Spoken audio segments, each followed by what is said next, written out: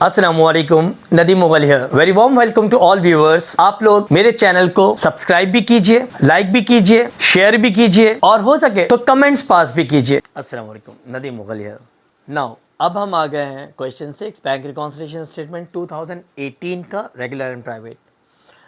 Noman traders bank reconciliation statement for the month ended March 31, 2018। और ये format मैंने बना लिया पहले ही ताकि आपका टाइम ज़ाया ना हो। अच्छा, अब इसमें क्या है कि सबसे पहले इन्होंने रिक्वायर्ड देखें, एक ही रिक्वायर्ड दिया है, प्रिपेयर बैंक रिकॉन्सिलेशन स्टेटमेंट। इसका मतलब एंट्रीज नहीं पूछी, लेकिन अगर मैं एंट्री गाइड कर दूंगा आप लोग पास कर लीजिएगा सुनकर, ठीक है ना। तो आइए, बैलेंस एज पर cash book 55,000, unadjusted balance cash book का 55,000 है, वो लिख दिया हमने। फिर है बैलेंस एज पर बैंक स्टेटमेंट 70,000। अब देखिए ये दोनों बैलेंस अनमैच है, मैच नहीं कर रहे, तो अब हमें इस रिकॉन्सिलेशन बनानी है, आखिरी बैलेंस मैच कर जाए। आगे लिखा है, मैं ट्रांजेक्शन नंबर 3 पे आ गया। Cheque of ₹70,500 deposited in the bank but only ₹46,000 was credited. Mean हमने बैंक में डिपॉजिट करने के लिए तो भेजे 70,500, लेकिन बैंक ने हमारे अकाउंट में क्रेडिट किया 46,000। अब क्रेडिट तो हो गया, डिफरेंस निकाला हमने, तो डिफरेंस हमारे सामने आ गया इसका 70,500 और 46 का 24,500। तो देखें ये चेक बैंक में हम जब डिपॉजिट करके आए ना तो पूरा 70,500 कैश बुक में ऐड कर लिया, लेकिन बैंक ने अभी हमारे अकाउंट में इतने डिपॉजिट की, इसका मतलब और भी डिपॉजिट हो जाएंगे, तो ये पॉजिटिव है हमारे लिए। ऐड अनक्लियर्ड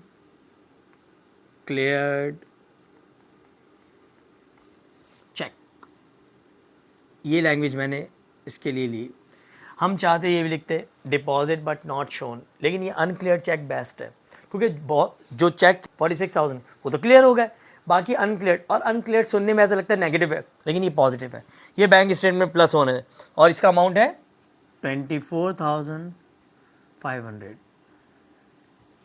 ये हमने लाइन ड्रॉ करी, प्लस कर लिया क्योंकि ये प्लस हो रहा है, 4 का 4 आ गया और ये 94,500 बैलेंस आ गया।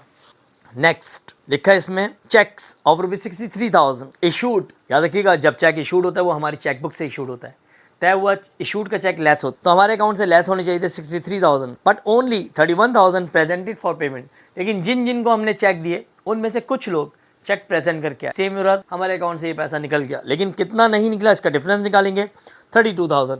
तो याद रखिएगा ये पैसा भी बैंक से निकलना ज़रूर है, तो हम पहले ही माइनस करें, इसलिए माइनस कर रहे हैं पहले ही, ऑलरेडी हम कैश बुक से माइनस कर चुके, तो less unpresented cheque. Unpresented cheque हमेशा लेस होने, सब्ट्रैक्ट होने फ्रॉम बैंक स्टेटमेंट, और इसका डिफरेंस हमारा निकला 32,000 का, तो ये लेस हो जाएगा।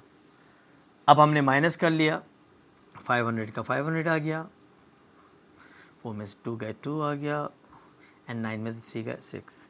हमारे अकाउंट में 62,500 रिमेनिंग बचे। Next number 5, transaction direct deposit by customer into bank. तो कस्टमर हमारा डायरेक्ट बैंक में जमा करा रहा है, तो ये ऐड हो रहा है, add direct deposit by a customer.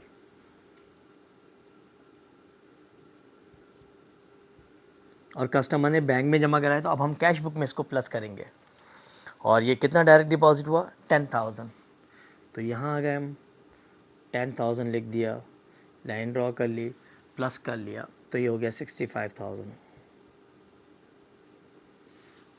Next transaction read out कर रहा हूँ मैं, डिसऑनर्ड चेक।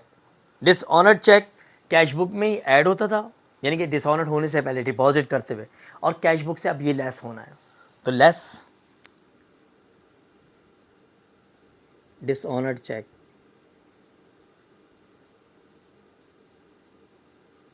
हमेशा कैश बुक से लेस हो गई है, लेस डिसऑनर्ड चेक 2,500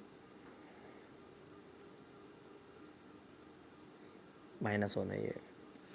अब ये 500 का 500 आ गया, एंड 4 में से 2 गए 2 आ गया, एंड देन 62,500 आ गया। इसके बाद है transaction number 7, bank service charges. Bank ने सर्विस चार्जेस काटे, ऑब्वियसली बैंक ने हमें सब्ट्रैक्ट कर लिया, लेस कर दिया, तो अब हम लिख रहे हैं सर्विस चार्जेस, और ये बैंक ने सब्ट्रैक्ट कर लिया हमारे अकाउंट से, तो हम कैश बुक से लेस करेंगे। सर्विस चार्जेस 500, नीचे लैंड ड्रॉ करी और यहीं लिख दिया हमने 62,000। ऑब्वियसली मुझे ऊपर जाना पड़ेगा इसको कंटिन्यूएशन के लिए। आखिर में profit credited by bank, bank ने आपके अकाउंट में प्रॉफिट क्रेडिट किया, और प्रॉफिट क्रेडिट किया और यह है 1500। तो टैली की तरफ नहीं जा रही सवाल। 55 + 10 65, 65 में से 2500 गए तो 62,500, फिर ये 500 62,000 आ गया, 1500 प्लस कर लिया, यहाँ कोई एरर हुई हमसे, 500 ये आ गया 4729, फिर इसमें से 32 गए तो 5 का 5 आ गया, 4 में से 2 का 2 और 9 3।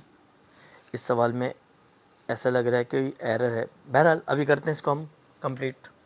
तो प्रॉफिट क्रेडिटेड बाय, प्रॉफिट से मुराद इंटरेस्ट, तो यहाँ लिख रहे हैं हम add interest credited by bank, और ये काम बैंक ने किया तो कैश बुक में हम ऐड करेंगे 1500, ये प्लस होगा। अगर यहाँ प्लस करें हम इसको तो ये 63,500 बनता है। 1000 की कोई ट्रांजैक्शन छूट गई मुझसे क्या? 3,500, I am sorry, dishonoured cheque 2,500, 3,500 था ये, इसको सही कर लेते हैं 3,500।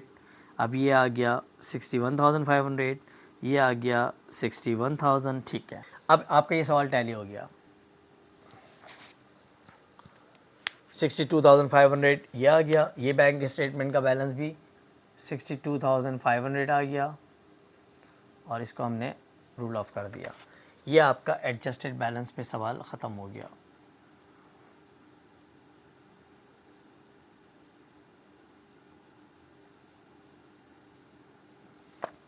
Adjusted balance. फिर देखिए मैं वापस गाइड कर रहा हूँ, यहाँ हम आ गए थे डायरेक्ट डिपॉजिट के बाद 10,000 में हमने ये 55 में 10 प्लस किया। डिसऑनर्ड चेक हमेशा कैश बुक से लेस होगा, मैंने 2,500 लिख दिया था, 3,500, तो ये बचा 61,500, 500 माइनस किया 61,000 तो बचा, और ये ऐड कर दिया इंटरेस्ट 1500, तो आ गया आपका टैली आंसर।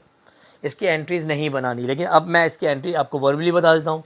देखिए ये दो एंट्री तो बैंक स्टेटमेंट की नहीं बनेंगी, लेकिन ये एंट्री है डायरेक्ट डिपॉजिट बाय कस्टमर, तो सबसे पहले कस्टमर ने आपके अकाउंट में जमा करा, ऐड है, तो इसलिए आप एंट्री में क्या लिखेंगे, बैंक डेबिट, और customer accounts receivable, account sale credit. Dishonoured cheque less हुआ है तो account receivable debit, bank credit. Service charges ये लेस हुआ है, सर्विस चार्जेस डेबिट, लेस होने की वजह से बैंक क्रेडिट। और ऐड हुआ है इंटरेस्ट क्रेडिट में बैंक, आपका बैंक बैलेंस इंक्रीज हो रहा है तो bank debit, interest income credit. ये पूरा क्वेश्चन है, इसको चेक कर लीजिए।